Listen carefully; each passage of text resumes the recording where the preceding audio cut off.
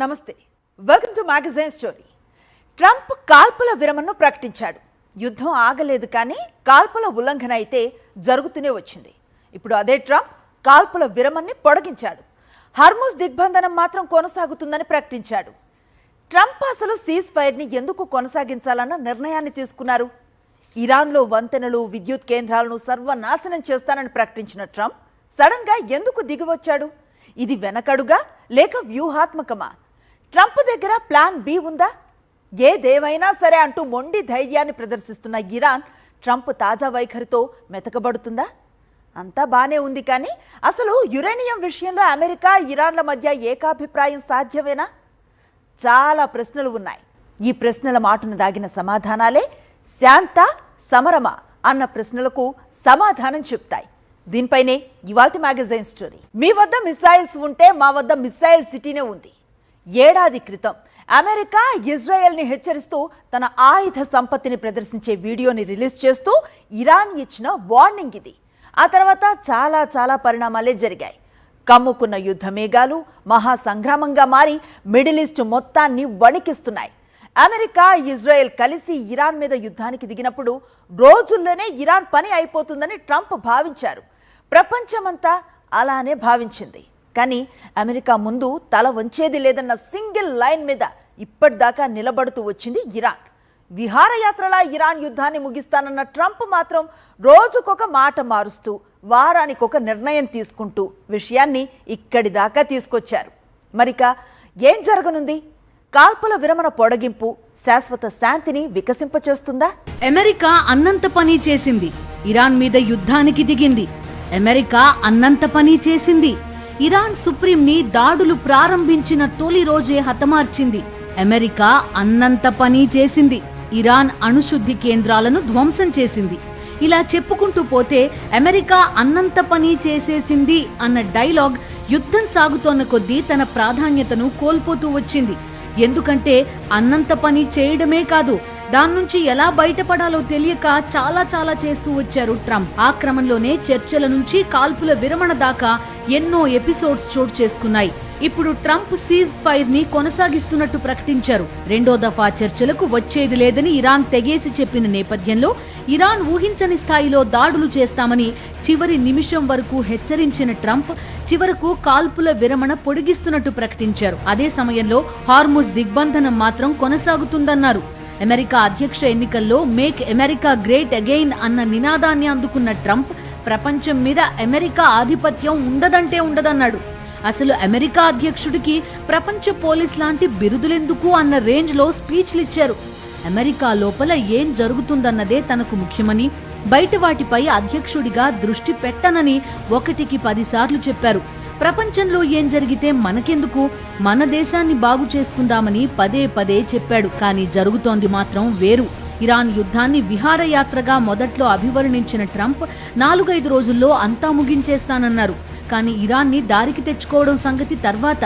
ప్రపంచ దేశాలను ముడి చమురు, గ్యాస్ సంక్షోభం ముంచేస్తుందన్న అంచనా కూడా లేకుండానే యుద్ధానికి సై అన్నారు.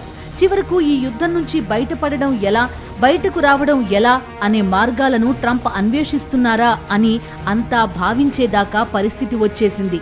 అటు ఇరాన్ మాత్రం ఏం జరిగినా సరే అమెరికా డిమాండ్లకు తల వంచేది లేదంటోంది. ఈ నేపథ్యంలో కాల్పుల విరమణని పొడిగిస్తున్నట్టు ప్రకటించారు ట్రంప్.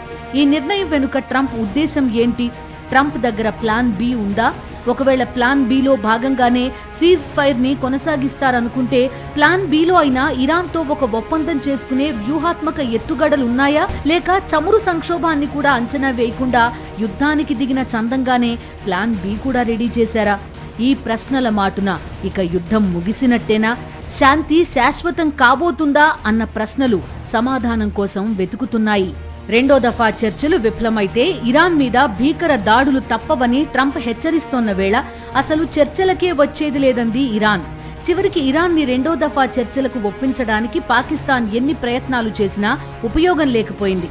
ఒకానొక సమయంలో నేను కూడా అవసరమైతే చర్చల్లో పాల్గొంటానన్న ట్రంప్ తాను ఇరాన్కి బంపర్ ఆఫర్ ఇచ్చిన తరహాలో ప్రకటించారు. చర్చలకు నేను రెడీ అని ట్రంప్ చెప్పినా ఇరాన్ మాత్రం ససేమిరా అంది. అమెరికా ఉపాధ్యక్షుడు జేడి వాన్స్ పాకిస్తాన్ బయలుదేరడానికి సిద్ధమై ఇరాన్ నుంచి స్పందన లేకపోవడంతో ఆగిపోయారు. ఒకవేళ జేడీ వ్యాన్స్ కనుక చర్చల కోసం పాకిస్తాన్ చేరుకునే ఉంటే మరింత అవమానకర పరిస్థితిని అమెరికా ఎదుర్కొనేది. చివరికి పాకిస్తాన్ విజ్ఞప్తి మేరకు కాల్పుల విరమణ పొడిగిస్తున్నట్టు ప్రకటించారు ట్రంప్. అసలు పాకిస్తాన్ చెబితే అమెరికా వింటుందా? ఇక్కడే ఇరాన్ యుద్ధం విషయంలో అమెరికా పరిస్థితి అర్థమైపోతుందంటున్నారు పరిశీలకులు. నాకు అర్థం కాని విషయం ఏంటంటే యుద్ధం ఇరాన్ తో చేస్తున్నాడు. పాకిస్తాన్ అడిగింది గనక నేను ఒప్పుకుంటున్నా అంటున్నాడు. పాకిస్తాన్ అడిగించుకున్నదే ట్రంప్. పాకిస్తాన్ సంగతి తెలియదా? సో ట్రంప్ అడుగుమంటే పాకిస్తాన్ అడుగుంటది. సో పాకిస్తాన్ అడిగిందని చెప్పి నేను యుద్ధం ఆపాను అని చెప్పడంలో హాస్యాస్పదం కదా. ఇరాన్ ఏమో సంగతి తెలుస్తా అంటారు. ఓడిపోయిన వాడు కండిషన్స్ నిర్దేశించలేరు. ఇది కేవలం టైం బయింగ్ కోసం ట్రంప్ ఆడుతున్న నాటకము.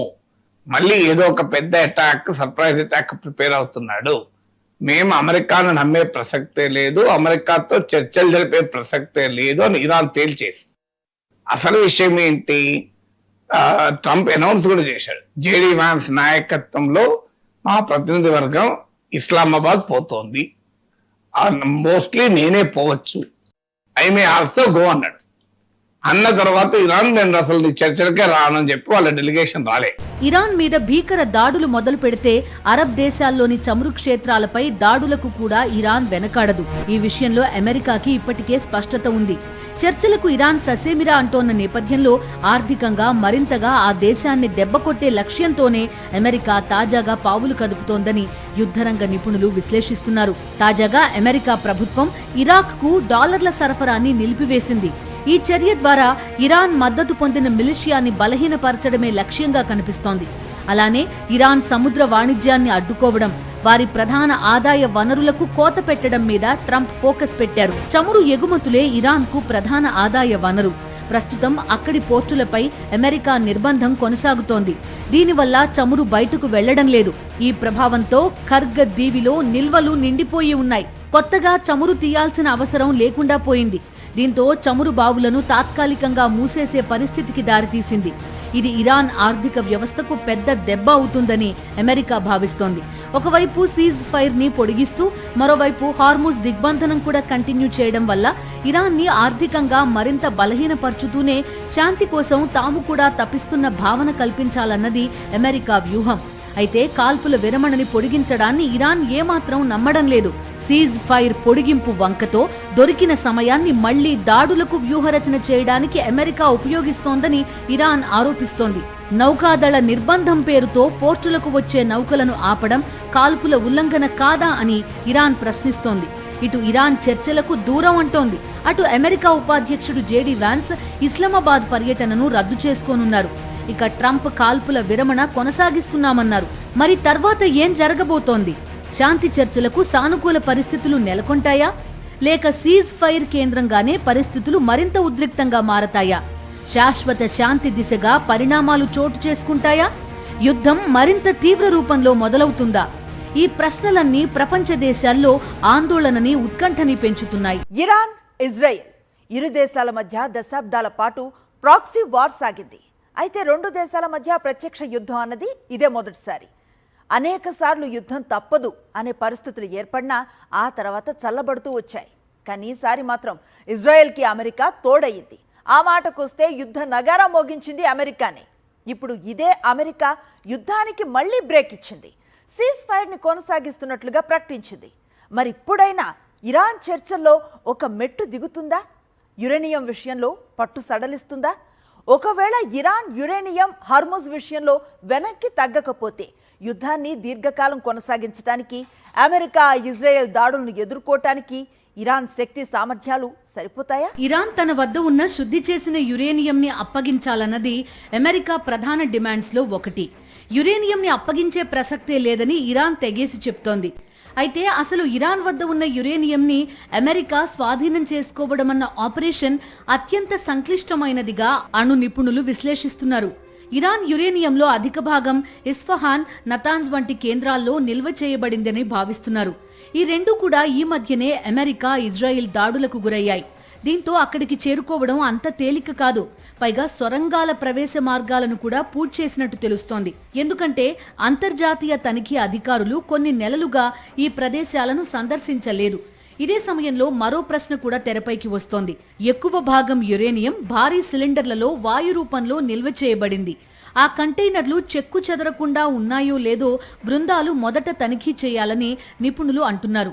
అవి దెబ్బతిన్నట్లయితే ప్రమాదాలు తీవ్రంగా పెరిగే అవకాశముందని అణు నిపుణులు హెచ్చరిస్తున్నారు. యురేనియంని అంచనా వేయడానికి, సురక్షితంగా వెలికి తీయడానికి రిమోట్ ఆపరేటెడ్ పరికరాలు, రోబోలతో సహా ప్రత్యేక పరికరాలు అవసరమవుతాయి. దీనికి భారీగా ఖర్చవుతుంది.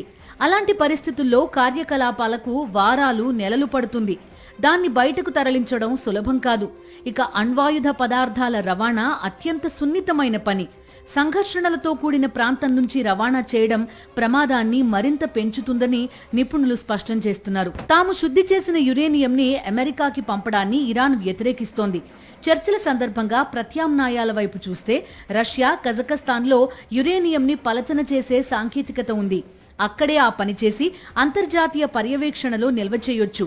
ఒకవేళ ఇరాన్ తాము శుద్ధి చేసిన యురేనియంని అమెరికాకి పంపకుండా రష్యాకి పంపడానికి అంగీకరించినా ధృవీకరణ కూడా అత్యంత కీలకంగా మారనుంది. ఎందుకంటే కొంత యురేనియంని ఇరాన్ దాచే అవకాశాలున్నాయని అమెరికా మొదటి నుంచి ఆందోళన వ్యక్తం చేస్తోంది. అయితే అసలు ఇదంతా శుద్ధి చేసిన యురేనియంని ఇవ్వడానికి ఇరాన్ అంగీకరించిన తర్వాత సంగతి. కానీ ఇరాన్ మాత్రం అందుకు ససేమిరా అంటోంది. అంతర్జాతీయ అణుశక్తి సంస్థ గణాంకాల ప్రకారం 2025 జూన్లో అమెరికా దాడులకు ముందు ఇరాన్ వద్ద 60% శుద్ధి చేసిన 440 కేజీల వరకు యురేనియం ఉంది. ఈ నిల్వలు అణుబాంబు తయారీకి అవసరమైన 90% స్థాయికి చాలా దగ్గరగా ఉన్నాయి అంటోంది అమెరికా. అయితే కేవలం వైద్య పరిశోధన, అణుశక్తి ఉత్పత్తి కోసం యురేనియంని శుద్ధి చేసినట్టు ఇరాన్ చెప్తోంది. ఇరాన్ చేపట్టిన అణు కార్యక్రమ పురోగతిని అడ్డుకోవడానికి ఇజ్రాయిల్ దశాబ్దానికి పైగానే ప్రయత్నాలు చేస్తోంది.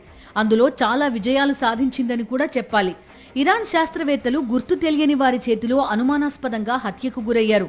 అణు కార్యక్రమం సైనికాధిపతి బ్రిగేడియర్ జనరల్ ఫక్రీజాదే 2020లో టెహ్రాన్ సమీపంలో హత్యకు గురయ్యారు. ఈ హత్యల వెనుక అమెరికా, ఇజ్రాయిల్ స్కెచ్ ఉందన్నది జగమెరిగిన సత్యం. అలానే ఇరాన్లోని యురేనియం శుద్ధి చేసే యంత్రాల్లో విధ్వంసకర కంప్యూటర్ వైరస్ ని చొప్పించడంలో అమెరికా, ఇజ్రాయిల్ కి చెందిన సైబర్ గూఢచారులు సక్సెస్ అయ్యారు. దీని కోడ్ నేమ్ స్టక్స్నెట్. ఇలా ఇరాన్ అణు కార్యక్రమాన్ని అమెరికా, ఇజ్రాయిల్ తమదైన శైలిలో టార్గెట్ చేస్తూనే ఉన్నాయి. ఆ తర్వాత డైరెక్ట్ గా ఇస్ఫహాన్, నతాన్స్ భూగర్భ కేంద్రాలను ధ్వంసం చేశారు.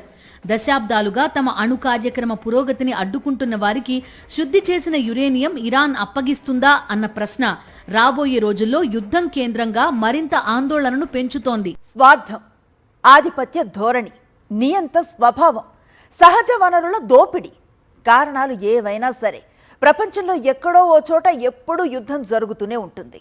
ఆ యుద్ధాల్లో ప్రత్యక్షంగా కానీ పరోక్షంగా కానీ అమెరికా ఉండనే ఉంటుంది. కానీ ఇప్పుడు ఇరాన్ యుద్ధం మాత్రం వాటిల్లో ఒకటి అనటానికి వీల్లేదు. ఎందుకంటే మిడిల్ ఈస్ట్లో భగ్గుమంటున్న యుద్ధ జ్వాలలు మొత్తం ప్రపంచ దేశాలను ప్రభావితం చేస్తున్నాయి. ముడి చమురు నుంచి గ్యాస్ దాకా, స్టాక్ మార్కెట్ నుంచి ఆర్థిక వ్యవస్థల దాకా అనేక కోణాల్లో ప్రపంచ దేశాలను షేక్ చేస్తోంది ఇరాన్ యుద్ధం. ఇప్పుడు ఇరాన్, అమెరికా మధ్య ఒప్పందం కుదరాలని, పశ్చిమాసియాలో శాంతి కపోతాలు ఎగరాలని ప్రపంచ ప్రజలంతా కోరుకుంటున్నారు. సీజ్ ఫైర్ కొనసాగింపు మిగిలిన పరిణామాలను కూడా శాంతి దిశగా నడిపిస్తుందా? సీజ్ ఫైర్ కొనసాగిస్తున్న ట్రంప్ తగ్గినట్టా, లేక ట్రంప్ ప్లాన్ బికి పదును పెడుతున్నట్టా? ఇరాన్ ఇకపై కాస్త మెత్తబడుతుందా? ఇలాంటి ప్రశ్నల మధ్య జరుగుతోన్న పరిణామాలన్నీ ఫ్రోజన్ వార్ తప్పదా అన్న ప్రశ్నని తెరపైకి తెస్తున్నాయి. ఎందుకంటే హార్ముజ్ ని వదులుకునే సమస్యే లేదంటోన్న ఇరాన్ శత్రు దేశాల నౌకలను హార్ముజ్ లో అడ్డుకునే విధంగా కొత్త చట్టం సిద్ధం చేస్తోంది. అలానే హార్ముజ్ జలసంధి నుంచి ప్రయాణించే నౌకలు రవాణా రుసుముని చెల్లించాలని, అది కూడా కేవలం ఇరాన్ కరెన్సీలో చెల్లించే విధంగా కొత్త చట్టాన్ని ఇరాన్ తయారు చేస్తోంది. ఇక యురేనియం విషయానికొస్తే ఇరాన్ ఎంత పట్టుదలతో ఉందంటే చర్చల వైపు కూడా చూడలేదు. యురేనియం అప్పగించాలన్న అంశంపై చర్చించడానికి కూడా ఏం లేదని అమెరికా మొహం మీదే చెప్తోంది ఇరాన్. అటు అమెరికా కూడా హార్ముజ్ జలసంధి మీద ఇరాన్ ఆధిపత్యం తొలగించడంతో పాటుగా శుద్ధి చేసిన యురేనియంని స్వాధీనం చేసుకుని తీరాలన్న పంతం మీద ఉంది. ఇరువైపుల నుంచి రాజీలేని తీరు వల్ల ఇకపై ఈ యుద్ధం ఫ్రోజన్ వార్గా మారే అవకాశం ఉందని పరిశీలకులు విశ్లేషిస్తున్నారు. అంటే యుద్ధం ముగిసిపోదు, అలాగని భీకర దాడులు జరగవు. కాల్పుల ఉల్లంఘన, చర్చలు, మళ్లీ దాడులు, ఆ పైన సీజ్ ఫైర్, ఇలాంటి పరిస్థితులు పదే పదే చోటు చేసుకుంటూ ఉంటాయి. అటు అమెరికా, ఇజ్రాయిల్ కానీ ఇటు ఇరాన్ కానీ వ్యవహరిస్తున్న తీరు 3 దేశాలు ఫ్రోజన్ వార్ దిశగా అడుగులు వేస్తున్నట్టుగానే కనిపిస్తోంది. ఇలా ప్రపంచంలో అనేక చోట్ల ఈ ఫ్రోజన్ కాన్ఫ్లిక్ట్స్ అంటూ ఉంటాయి. ఈ ఫ్రోజన్ కాన్ఫ్లిక్ట్ ఎందుకు ఉంటుంది? రీజన్ ఏంటి అంటే ఫుల్ స్కేల్ కాంప్రిహెన్సివ్ అగ్రిమెంట్ కుదరనప్పుడు, అంటే సమగ్రమైన శాంతి ఒప్పందం కుదరనప్పుడు మీకు ఈ రకమైనటువంటి ఫ్రోజన్ వార్ అలాగే ఉంటూ ఉంటుంది. సో కాంప్రిహెన్సివ్ అగ్రిమెంట్ కుదిరితే వార్ పర్మనెంట్గా ముగుస్తుంది. ఇప్పుడు మీకు సెకండ్ వరల్డ్ వార్ ముగిసింది, ఫస్ట్ వరల్డ్ వార్ ముగిసింది.